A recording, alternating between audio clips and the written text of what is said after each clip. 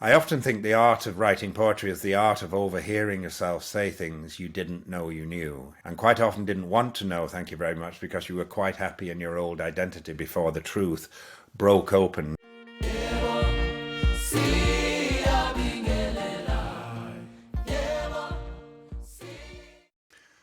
A very good morning to all of your different time zones around the world. It's a great privilege to be helping to begin this global joy summit as opposed to a local joy summit, although I do think that all joy is really local in the sense that it's the immediacy of creation and everything that surrounds us that is our key to happiness. The ability, in a sense, to be found by the world and by the miraculous nature of the world. And when we give up our misnaming of creation, we find that creation comes to find us and gives us a much deeper, profounder, and more foundational name than we ever could imagine. So it's early morning here. It may not be where you are, but I'm going to begin with a morning poem, which is appropriate for beginning a conversation like this too, on happiness and joy. I wrote it given I wrote it for a friend of mine who'd passed away many years before. So it's very appropriate for this theme around the way that real happiness and joy are interconnected with sorrow. There's something about the fleeting nature of existence, the fact that we have to say goodbye to everyone we know. Either we say goodbye to them or they say goodbye to us.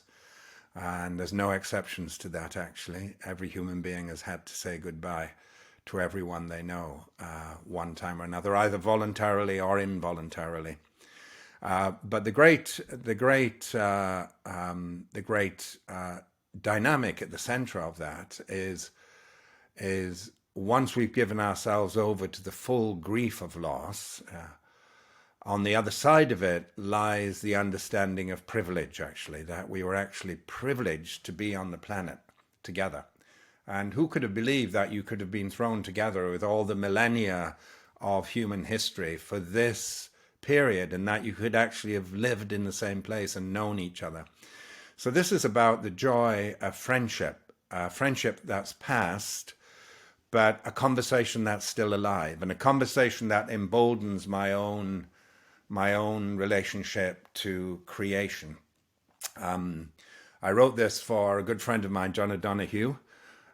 He was a remarkable man and remarkable philosopher, poet. He was a priest, Catholic priest for 17 years, and became a very successful author. And he passed away at the height of his powers. It was an absolute and total shock to me. I always thought he'd be burying me and not the other way around, and saying the words over me. So my foundational world was taken away from me, one of the key friendships in my life.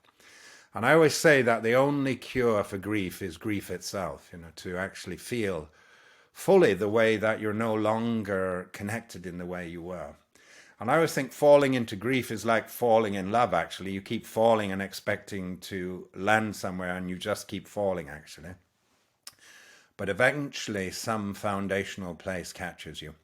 So as many years later, it was a night before Easter, and often when John was alive, I would think about him on Easter morning giving this outdoor mass at this gorgeous ruined monastery called Corcombe Row in County Clare.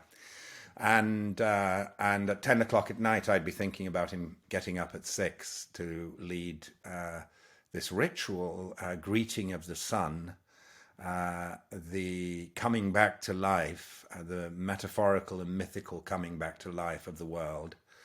And it would be 10 o'clock at night, my time. So this was written many years later, thinking about him after he'd gone, and thinking of the sun coming up over Corcombe Row. But it's a morning poem, actually, that I since recite to myself, and it gives me no end of kind of joy and happiness coming out of the loss in that relationship and the renewal that's there for all of us in the world. And it's called the blessing for the morning light. The blessing of the morning light to you. The blessing of the morning light to you. May it find you even in your invisible appearances. The blessing of the morning light to you. May it find you even in your invisible appearances. May you be seen to have risen from some other place you know and have known in the darkness, and that carries all you need. May you see what is hidden in you as a place of hospitality and shadowed shelter. May what is hidden in you become your gift to give. May you hold that shadow to the light and the silence of that shelter to the word of the light. May you join every previous disappearance with this new appearance, this new morning, this being seen again, new and newly alive. The blessing of the morning light to you. May it find you even in your invisible appearances. We all know that dynamic of appearing, whether it's in our workplace or in the kitchen in the morning with our loved ones, or being seen by neighbors, and whoever they're seeing on the outside or whoever's conversing on the outside is not really the person that's there on the inside. There's a certain kind of troubledness inside us that doesn't know how to find its own voice in the world. And we often turn away from that invisible identity, and because the presenting surface is troubledness. But there's a doorway beneath that troubledness that is leading us back to this integration with the world. We're troubled because we're not making a real connection between the authentic foundational self we are inside and the creation that's trying to find that authentic self inside us. The blessing of the morning light to you. May it find you even in your invisible appearances. May the world come through all of our surface troubledness and find another core inside us. The blessing of the morning light to you. May it find you even in your invisible appearances. May you be seen to have risen from some other place you know and have known in the darkness, and that carries all you need. May you see what is hidden in you as a place of hospitality and shadowed shelter. May what is hidden in you become your gift to give. May you hold that shadow to the light and the silence of that shelter to the word of the light.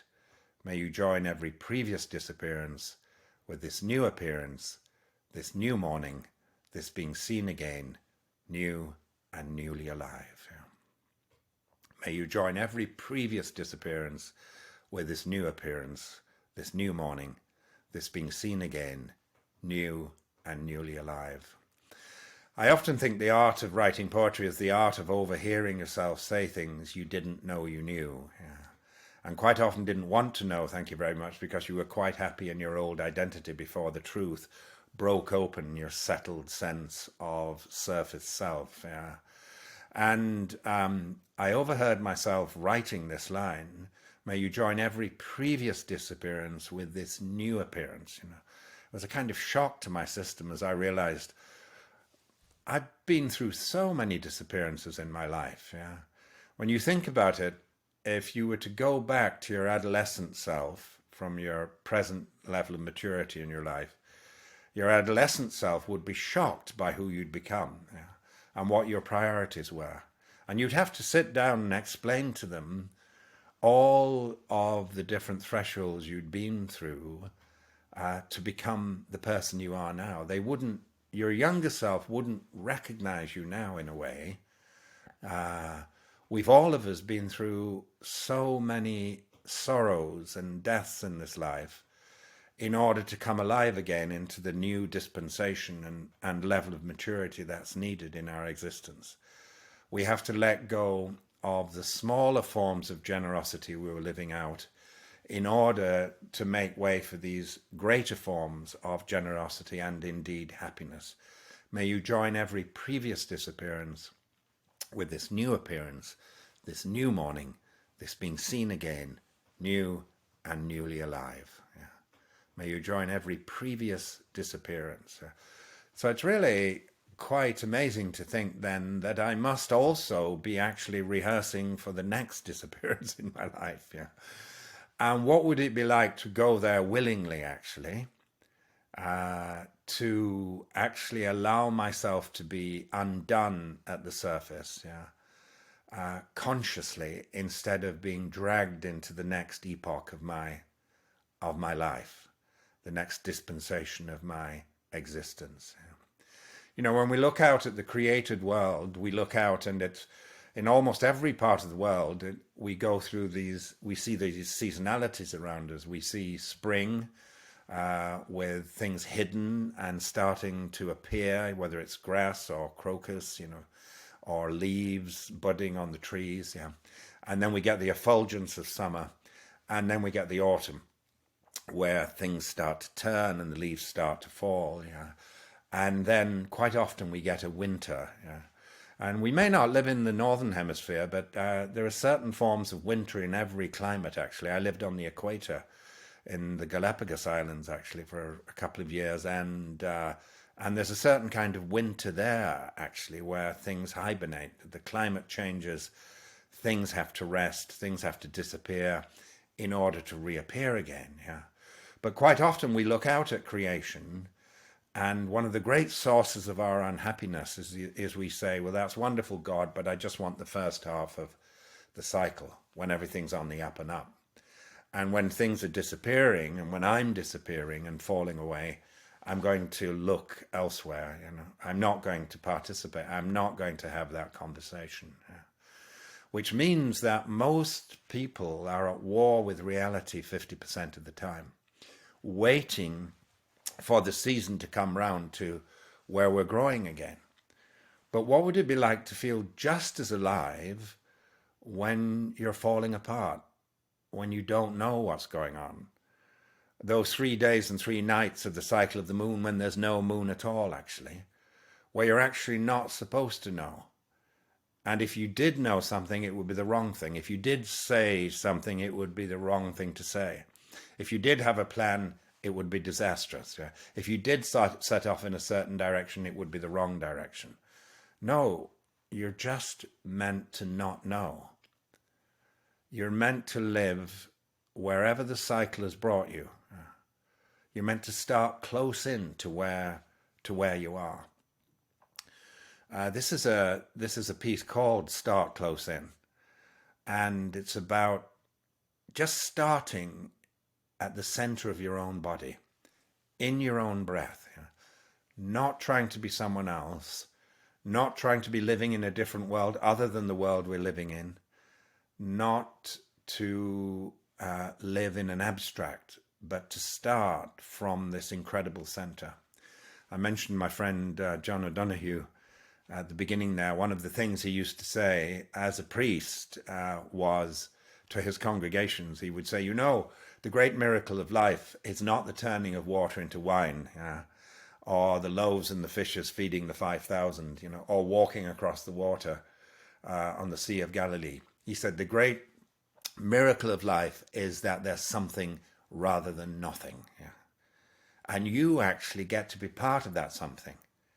You get to see, you get to hear, you get to see your daughter's face, you get to hear laughter. Yeah. And if you can't see, you get to hear it. Yeah. If you can't see or hear, you get to touch. Yeah. We have these extraordinary ways of meeting the world. Yeah.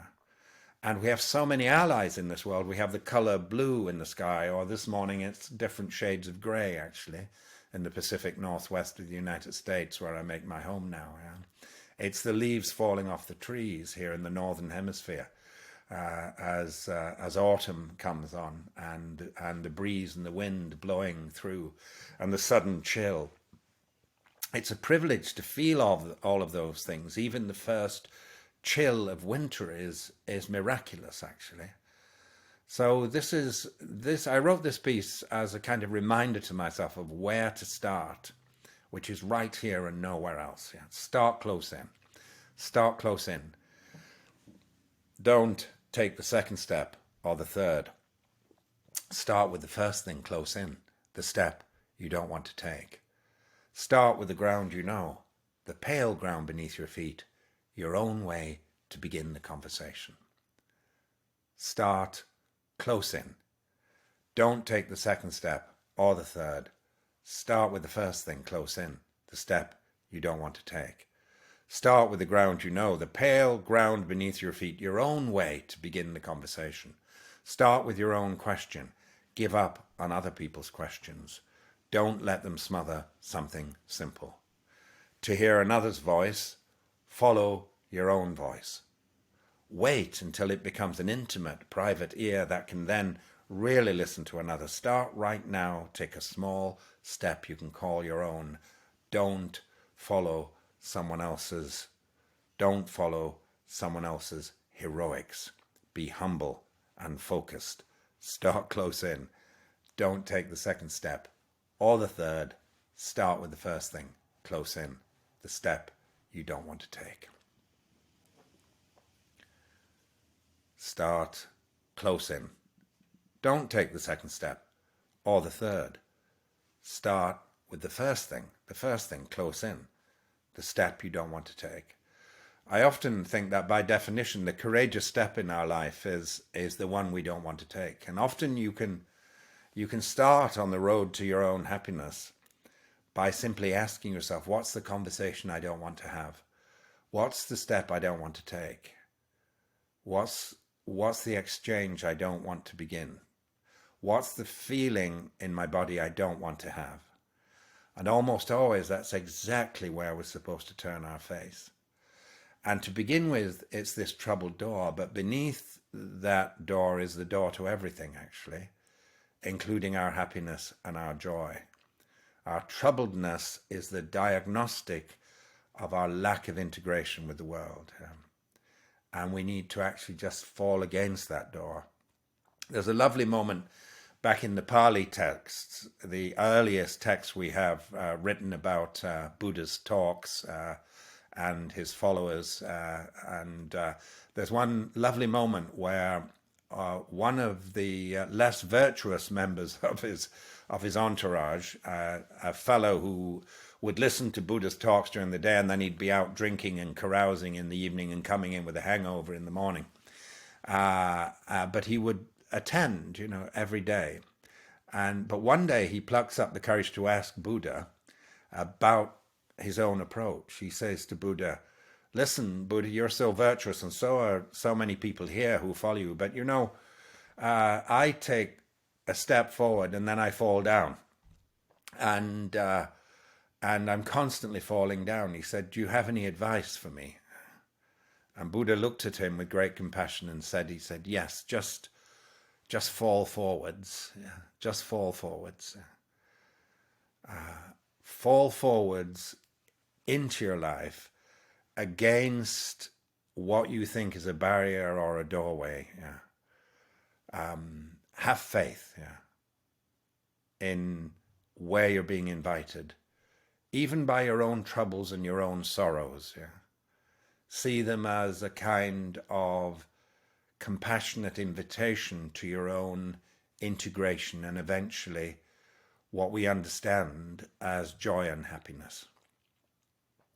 And I'll just finish with this piece. It's an experience I had one morning at this desk, actually.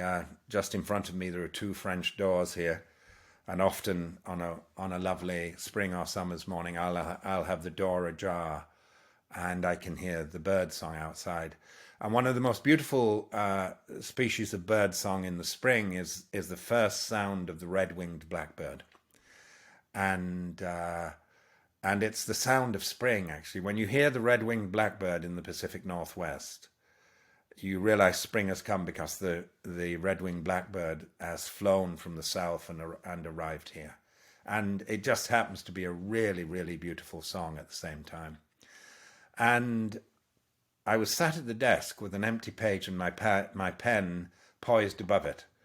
And didn't my wife come in through that door behind me in the very moment that I heard the bird song? And she rang this meditation bell behind me. I can't even remember why. I think she just got the bell and it was such a beautiful sound. So she came in, I heard the bell.